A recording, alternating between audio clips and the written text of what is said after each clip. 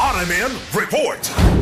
Nagdasig karon ang konseho sa Nagpan sa Subo nga ipatuman gyud dinhi sa syudad ang paggamit sa binisayang pinulungan. Ang konseho sa syudad miaprobar sa resolusyon nga giduso karon nga mopatunhay kini sa binisayang sinultihan. Matri Konsehal Joel Garganera ang paggamit sa mga binisaya nga mga pinulungan sa tanan nga mga transaksyon ug pagtimbaya ilabi na gayud sa mga nagkalinlain usab nga mga industriya dinhi sa Nagpan sa Subo dako kay gikitabang aron sa pagpalambo sa atong pinulungan. Gitumbok ni Garganera nga angayan nga gamiton ang pinulungang binisaya diya sa mga delivery services, mga kan-anan, mga shopping malls, mga buhatan sa gobyerno, hotel ug uban pa. Lakip na usab ang mga POJ, industriya sa shipping, turismo ug lakip na usab ang uban pa nga mga taxi. Gidugang usab ni Garganera nga daghan siya mga namatikdan nga mga industriya dinhi sa Subo nga bisan og Bisaya mupugos kini sa pagtinagalog. Kun kinamduman giaprobahan sa unang pagbasa og ana kini karon sa Committee on Laws and Ordinance. Ang mga ordinansahon giuluhan kini og Ordinance Preserving and Promoting Bisaya Songs in Local Establishments to Boost Cebu City's Cultural and Economic Identity.